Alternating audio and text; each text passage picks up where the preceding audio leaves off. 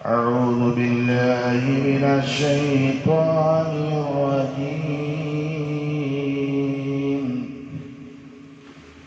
بسم الله الرحمن الرحيم.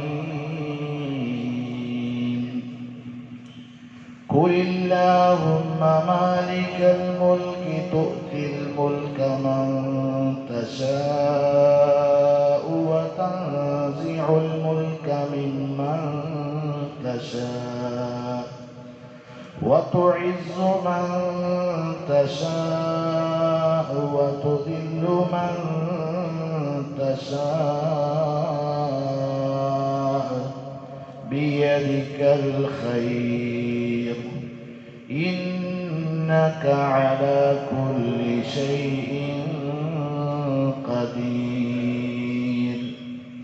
تولد الليل في النهار وتولد النهار في الليل وتخرج الحي من الميت وتخرج الميت من الحي وترزق من تشاء بغير حساب. لا يتخذ المؤمنون الكافرين أولياء من دون المؤمنين ومن يفعل ذلك فليس من الله في شيء إلا أن تتقوا منهم تقاتا ويحذركم الله نفسه وإلى الله المصير. بارك الله لنا ولكم بالقرآن العظيم ونفعنا وإياكم بالآيات والذكر الحكيم. കരുണാമയനായ അല്ലാഹു സുബ്ഹാനഹു വ തആല നമ്മുടെ ജീവിതത്തിൽ വന്നുപോയ എല്ലാ പാപങ്ങളും പുറത്തു മാപ്പാക്കി തരുമാറാകട്ടെ. പാപമുക്തരായി അള്ളാഹുവിനെ കണ്ടുമുട്ടാനുള്ള ഭാഗ്യം അല്ലാഹു നൽകുമാറാകട്ടെ. അള്ളാഹുവിൻ്റെ മഹത്തായ അനുഗ്രഹം സൂറത്ത് ആൽ ഇംറാനാണ് കേട്ടുകൊണ്ടിരിക്കുന്നത്. അതിലെ 26, 27, 28 3 ആയത്തുകളാണ് നമ്മളിപ്പോൾ പാരായണം ചെയ്തു കേട്ടത്. ആദ്യത്തെ 2 ആയത്ത് വളരെ പ്രാധാന്യമുള്ള ആയത്താണ്. ആദരവായ റസൂലുള്ളാഹി സ്വല്ലല്ലാഹു അലൈഹി വസല്ലമ തങ്ങൾ പറഞ്ഞു, ഈ 2 ആയത്ത് ഓതി അതിനുശേഷം ആരെങ്കിലും ദുആ ചെയ്യുകയാണെങ്കിൽ ആ ദുആ അള്ളാഹുവിൻ്റെ അടുക്കൽ സ്വീകരിക്കപ്പെടും. അള്ളാഹുവിൻ്റെ അടുക്കൽ സ്വീകരിക്കപ്പെടും, ഇജാബത്തുണ്ടാകുമെന്ന് റസൂലുള്ളാഹി സ്വല്ലല്ലാഹു അലൈഹി വസല്ലം. സഹാബ കിറാം റളിയല്ലാഹു തആല അൻഹും അജ്മഈൻ അവർ പറഞ്ഞു, ഞങ്ങൾ സൂറത്തുൽ ഫാത്തിഹ പഠിച്ചതുപോലെ ഞങ്ങൾ ഈ 2 ആയത്തുകൾ ഹൃദ്യസ്ഥമാക്കി പഠിച്ചു, അർത്ഥവും മനസ്സിലാക്കി. നിത്യേന ഞങ്ങളത് പാരായണം ചെയ്യുമായിരുന്നു. അപ്പം അതുകൊണ്ട് ഈ 2 ആയത്ത് അഥവാ 26, 27 ഈ 2 ആയത്തുകൾ കാണാതെ പഠിക്കാൻ ശ്രമിക്കുന്നു. അള്ളാഹു നമുക്കെല്ലാവർക്കും അതിന് തൗഫീഖ് നൽകുമാറാകട്ടെ. എന്താ ഈ 2 ആയത്തിൽ പറയപ്പെട്ടിരിക്കുന്നത്? വേറൊന്നുമല്ല, അള്ളാഹുവിൻ്റെ ഖുദ്റത്തിനെ സംബന്ധിച്ച്, അള്ളാഹുവിൻ്റെ ആധിപത്യത്തെ സംബന്ധിച്ച്, പടച്ചവനെ പറ്റിയാണ് പറഞ്ഞത്. അള്ളാഹുവിൻ്റെ സിഫത്താണ്. ഖുൽ നബിയെ സല്ലല്ലാഹു അലൈഹി വസല്ലം അങ്ങ് പറയുക, അങ്ങ് മനസ്സിലാക്കി കൊടുക്കുക. അള്ളാഹു പ്രവാചകനെ കൊണ്ട് പറയിപ്പിക്കുകയാണ്. അല്ലാഹുമ്മ മാലിക്കൽ മുൽക്ക്, ആധിപത്യത്തിൻ്റെ ഉടമയായ അള്ളാഹുവേ, സർവ ആധിപത്യത്തിൻ്റെയും ഉടമയായ അള്ളാഹുവേ, സർവ അധികാരികളുടെയും ഉടമയായ അള്ളാഹുവേ, തുബ്തിൽ മുൽക മൻ തശാ, നീ ഉദ്ദേശിക്കുന്നവർക്ക് ആധിപത്യം, അധികാരം നീ നൽകുന്നു. വതൻസിഉൽ മുൽക മിമ്മൻ തശാ, നീ ഉദ്ദേശിക്കുന്നവരിൽ നിന്ന് ആധിപത്യത്തെ, അധികാരത്തെ തിരിച്ചെടുക്കുകയും ചെയ്യുന്നു. വതുഇസ്സു മൻ തശാ, നീ ഉദ്ദേശിക്കുന്നവരെ പ്രതാപികളാക്കുന്നു. വതുദില്ലു മൻ തശാ, നീ ഉദ്ദേശിക്കുന്നവരെ ഏറ്റവും നിന്ദരാക്കി തീർക്കുകയും ചെയ്യും. ബിയദിക്കൽ ഖൈർ, സമസ്ത സൗഭാഗ്യങ്ങളും മുഴുവൻ സൗഭാഗ്യങ്ങളും നന്മകളും നിന്റെ കയ്യിലാണ്, നിന്റെ കയ്യിലാണ്. ഇന്നക അലാ കുല്ലി ശൈഇൻ ഖദീർ, സകല കഴിവുകളുടെയും ഉടമസ്ഥനാണ് നീ. അല്ലാഹ് സകലതിൻ്റെയും ഉടമസ്ഥനും സകല വസ്തുക്കളുടെ കഴിവിന്റെ ഉടമസ്ഥനും നീ മാത്രമാണ്, നീ മാത്രം. നോക്കുന്നുണ്ട്, സർവ ആധിപത്യത്തിൻ്റെയും ഉടമസ്ഥൻ, ലോകത്തിന്റെ ഈ പ്രപഞ്ചത്തിന്റെ സകല ആധിപത്യത്തിൻ്റെയും ഉടമസ്ഥൻ അല്ലാഹുവാണ്. അല്ലാഹുവാണ് ആളുകളുടെ കൈകളിലേക്ക് അധികാരം കൊടുക്കുന്നത്. അല്ലാഹുവാണ് ആ അധികാരത്തെ തിരിച്ചെടുക്കുന്നത്. ഒരു മനുഷ്യന് അന്തസ്സ് നൽകുന്നത് അല്ലാഹുവാണ്. ഒരു മനുഷ്യന് ദില്ലത്ത് നൽകുന്നത് അഥവാ നിന്ദത നൽകുന്നതും അല്ലാഹുവാണ്. എന്തുകൊണ്ടെന്നാൽ സകല സൗഭാഗ്യങ്ങളും അല്ലാഹുവിന്റെ ഉടമസ്ഥതയിലാണ്, അവന്റെ പിടുത്തത്തിലാണ്, അവന്റെ കയ്യിലാണ് സകലതും. അല്ലാഹു ആകട്ടെ മറ്റൊരു വിശേഷണം, തൂലിജുൽ ലൈല ഫിന്നഹാർ, അല്ലാഹു രാവിനെ പകലിലേക്ക് കടത്തിക്കൊണ്ടുവരുന്നു, അഥവാ രാത്രിയെ പകലിലേക്ക്, പകലിന്റെ ഉള്ളിലേക്ക് അല്ലാഹു തആല കൊണ്ടുവരുന്നു. വതൂലിജുൻ നഹാറ ഫിൽ ലൈൽ, രാവിനെ അതുപോലെ തന്നെ പകലിലേക്കും അല്ലാഹു കടത്തിക്കൊണ്ടുവരുന്നു. ഇത് വലിയൊരു അത്ഭുതമാണ്. രാവ് പോകുന്നു, പകല് വരുന്നു, പകല് പ്രവേശിക്കുന്നു, പകല് പോകുന്നു, രാവ് വരുന്നു. എങ്ങനെയാണ്? ഇതിന്റെ ഉടമസ്ഥൻ ആരാണ്? അല്ലാഹുവാണ്.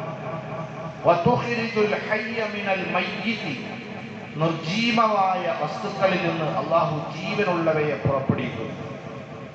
വതുഖ്രിജുൽ മയ്യിത മിനൽ ഹയ്യ, ജീവനുള്ളവയിൽ നിന്ന് നിർജീവമായതിനെ അല്ലാഹു തആല പുറപ്പെടുവിക്കുന്നു. വതർസുഖു മൻ തശാ ബിഗൈരി ഹിസാബ്, യാതൊരു കണക്കുമില്ലാതെ അല്ലാഹു ഉദ്ദേശിക്കുന്നവർക്ക് വാരി കോരി അല്ലാഹു കൊടുക്കും. ഇതെല്ലാം അല്ലാഹുവിന്റെ മശീയത്തിൽപ്പെട്ട കാര്യങ്ങളാണ്. ഒരു കണക്കും നോക്കാതെ അല്ലാഹു വാരി കോരി ചില ആളുകൾക്ക് അല്ലാഹു അവന്റെ വിഭവങ്ങളെ കൊടുക്കും. ഇത് അല്ലാഹുവിന്റെ തീരുമാനത്തിൽപ്പെട്ട കാര്യങ്ങളാണ്, അല്ലാഹുവിന്റെ ഖുദ്റത്തിൽപ്പെട്ട കാര്യങ്ങളാണ്. അതുകൊണ്ട് മുഅ്മിനീങ്ങളെ, ലാ യത്തഖിദുൽ മുഅ്മിനൂനൽ കാഫിരീന ഔലിയാ മിൻ ദൂനിൽ മുഅ്മിനീൻ, മുഅ്മിനീങ്ങളെ, നിങ്ങൾ മുഅ്മിനീങ്ങൾ കാഫിരീങ്ങളെ, സത്യനിഷേധികളായ ആളുകളെ നിങ്ങൾ കൈകാര്യകർത്താക്കളാക്കരുത്, മുഅ്മിനീങ്ങളെ കൂടാതെ. എന്ന് പറഞ്ഞാൽ നിങ്ങളുടെ സർവ്വ രഹസ്യങ്ങളും നിങ്ങളുടെ സ്വകാര്യതകളും കൈമാറുന്ന വിധത്തിലുള്ള ഗാഢമായ സൗഹൃദം അത് വേണ്ട. സത്യനിഷേധികളുമായിട്ട് അത്തരത്തിലുള്ള ഒരു ബന്ധം നിങ്ങൾക്ക് വേണ്ട. നിങ്ങളുടെ രഹസ്യങ്ങൾ മുഴുവൻ നിങ്ങൾ കൈമാറുന്ന, നിങ്ങളുടെ സ്വകാര്യതകൾ പങ്കുവെക്കുന്ന, അതേപോലെ തന്നെ നിങ്ങളുടെ എല്ലാ ഗാഢമായ സൗഹൃദം അങ്ങനെയുള്ളത് നിങ്ങൾക്ക് വേണ്ട, മുഅ്മിനീങ്ങളെ കൂടാതെ നിങ്ങൾക്ക് വേണ്ട. അങ്ങനെ ആരെങ്കിലും അങ്ങനെ ആരെങ്കിലും പ്രവർത്തിച്ചു പോയാൽ ഫലൈസ മിനല്ലാഹി ഫീ ഷൈഇൻ, അല്ലാഹുവുമായി അവർ യാതൊരു ബന്ധവും ഉണ്ടായിരിക്കുന്നതല്ല, പടച്ചവനുമായിട്ടൊരു ബന്ധവും അവരുണ്ടായിരിക്കുന്നതല്ല. ഇല്ല അൻ തത്തഖൂ മിൻഹും തുഖാത, നിങ്ങൾ അവരോട് കരുതലോടെ നിങ്ങൾ വർത്തിക്കുകയാണെങ്കിൽ, കരുതലോടുകൂടിയാണ് നിങ്ങൾ പ്രവർത്തിക്കുന്നതെങ്കിൽ അതിൽ യാതൊരു വിരോധവുമില്ല. വയുഹദ്ദിറുകുമുല്ലാഹു നഫ്സ, അല്ലാഹു അവനെ പറ്റി നിങ്ങൾക്ക് താക്കീത് നൽകുകയാണ്. വഇലല്ലാഹിൽ മസീർ, തീർച്ചയായിട്ടും നിങ്ങളുടെ മടക്കം അല്ലാഹുവിന്റെ അടുക്കലേക്കാണ്, അല്ലാഹുവിന്റെ അടുക്കലേക്കാണ്. നോക്കൂ, നിങ്ങൾ വളരെ പ്രധാനപ്പെട്ട അല്ലാഹുവിന്റെ സിഫത്തിനെ, അല്ലാഹുവിന്റെ ഖുദ്റത്തിനെ ആദ്യത്തെ 2 ആയത്തിൽ അല്ലാഹു പറഞ്ഞിട്ടുണ്ട്. ഈ പ്രപഞ്ചവുമായി ബന്ധപ്പെട്ട വിഷയത്തെ അല്ലാഹു തആല സൂചിപ്പിച്ചിട്ട് അല്ലാഹു സുബ്ഹാനഹു വ തആല തൊട്ടുടനെ പറഞ്ഞ കാര്യം, നിങ്ങൾ നിങ്ങളുടെ സ്വകാര്യതയും അതേപോലെ തന്നെ നിങ്ങളുടെ കൈകാര്യങ്ങളും നിങ്ങളുടെ രഹസ്യങ്ങളും ഇതൊന്നും സത്യനിഷേധികളുമായി ഗാഢമായ നിലയിൽ നിങ്ങൾ പങ്കുവെച്ചു പോകരുത്. അതല്ലാത്ത നിലയിലുള്ള ബന്ധം നിങ്ങൾക്കാകാം. അങ്ങനെ പോയാൽ അള്ളാഹുവിന്റെ സഹായം നിങ്ങൾക്ക് ലഭ്യമാവുകയില്ല, പടച്ചവന്റെ സഹായം നിങ്ങൾക്ക് കിട്ടുകയില്ല. ഈ ആയത്ത് ആരംഭ കാലഘട്ടത്തിൽ അഥവാ മദീനയുടെ പശ്ചാത്തലത്തിലാണ് ഈ ആയത്ത് അവതരിക്കുന്നത്. കാരണം വളരെ ഗൗരവമായിട്ടാണ് മദീനയിൽ സഹാബാക്കൾ കഴിഞ്ഞുകൂടിയിരുന്നത്. ആരാണ് ശത്രു, ആരാണ് മിത്രം എന്ന് തിരിച്ചറിയാൻ കഴിയാത്തൊരു സാഹചര്യം ഉണ്ടായിരുന്നു. മുസ്ലിമീങ്ങളിൽപ്പെട്ട ആളുകൾ പോലും, മുനാഫിക്കുകളായ ആളുകൾ പോലും രഹസ്യങ്ങൾ ചോർത്തി എടുത്തിട്ട് മറുപക്ഷത്ത് കൊണ്ടുപോയി രഹസ്യങ്ങൾ കൊടുത്തിരുന്ന ഒരു കാലഘട്ടം ഉണ്ടായിരുന്നു.